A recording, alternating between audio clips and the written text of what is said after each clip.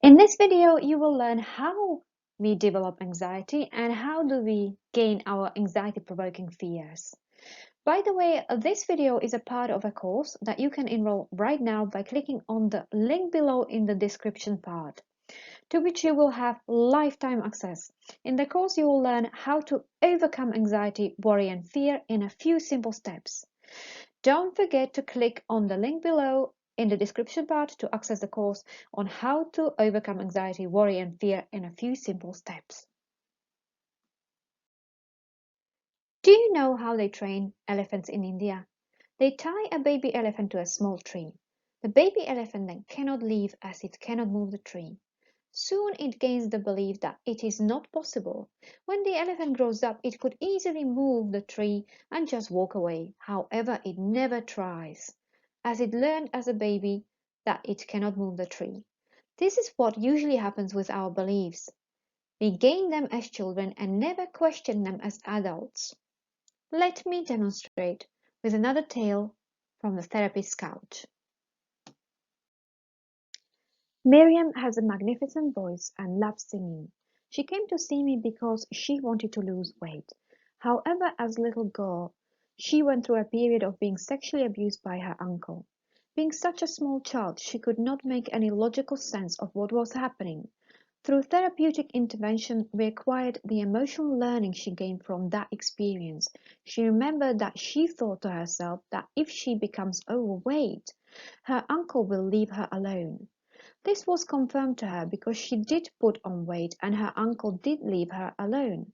There could be many reasons why this happened, but in her mind she developed a belief that if she's overweight, she's safe. When Miriam came to see me, she was 56, and this illogical and unhelpful belief that possibly worked when she was 6 was still affecting her life on a subconscious level. Our lives are reflections of our beliefs. We gain most of them when we are very young. Only by bringing them from our subconscious to our conscious awareness and resolving them by questioning them and providing logical and realistic examples that would contradict them can we make no longer valid in our minds. If Miriam was able to resolve the trauma when she was younger, she could have lived a different life.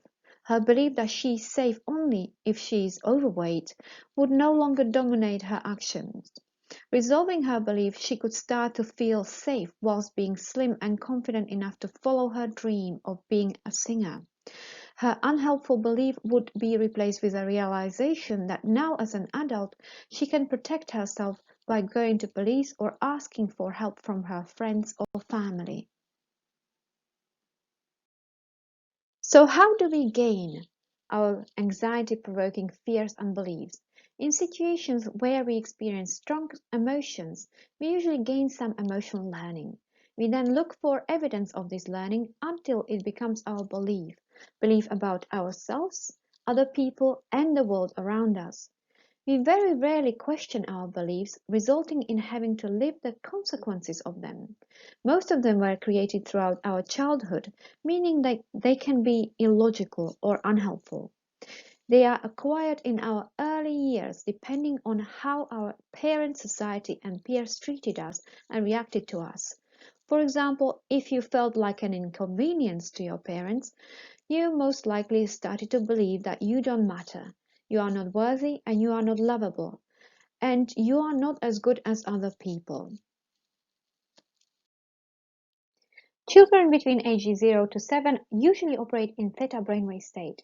It is like they are under hypnosis, meaning that a child is like a sponge. They are observing their parents' or caregivers' behaviors and recording them directly into their subconscious mind. They cannot compare or analyze the behavior and decide whether this is good or bad, beneficial or unhelpful, especially the younger children. They just observe the behavior and record it into their subconscious mind and then use it later. Most of the habits, behaviors, and beliefs that you are using now are not actually yours. They were observed from your grandparents, parents, siblings, or other caregivers. A habit or a behavior can be passed on from generation to generation. If I ask my anxiety clients whether one of their parents suffers with anxiety, 80% will say yes. The same goes for anger management clients, fears and phobias, and so on. You can observe your parents being anxious about situations or people, store this anxiety in your subconscious mind, and become anxious as well. Obviously, not all anxiety comes from the observed behavior. Some of us develop anxiety because we experience an anxiety-provoking situation, such as traumatic event, such as death in family, injury, sexual assault, and so on.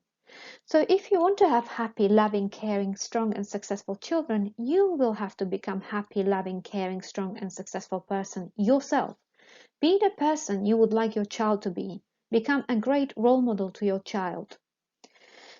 Which of your unhelpful beliefs may have been useful or logical when you were a child, but now they might no longer be true, logical or realistic? Being mindful in finding beliefs that are not contributing to your happiness and resolving them, you will lead much happier life. Welcome back. I would be really interested to know which part of this technique you found the most helpful. Please comment below.